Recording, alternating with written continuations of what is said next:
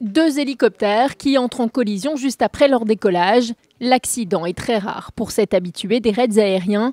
Peu de chance qu'il s'agisse d'une panne technique. Les pannes moteurs sur hélicoptères sont très rares, ils sont très bien suivis et entretenus. Donc même s'il y avait eu une panne moteur, le premier aurait prévenu le second et il n'aurait pas percuté. Il aurait géré sa panne parce qu'on a des modes de gestion de panne. Chaque appareil est vérifié avant d'embarquer des passagers. Pour un vol en patrouille, les pilotes doivent se mettre d'accord pour décoller l'un après l'autre, puis restent en contact radio permanent. Enfin, le deuxième appareil garde le premier dans son champ de vision. Ils ont peut-être dû avoir à faire une procédure d'urgence, peut-être éviter quelque chose, des oiseaux. Vous avez des oiseaux qui vous arrivent en face, vous faites un évitement, et ben vous vous trompez de côté.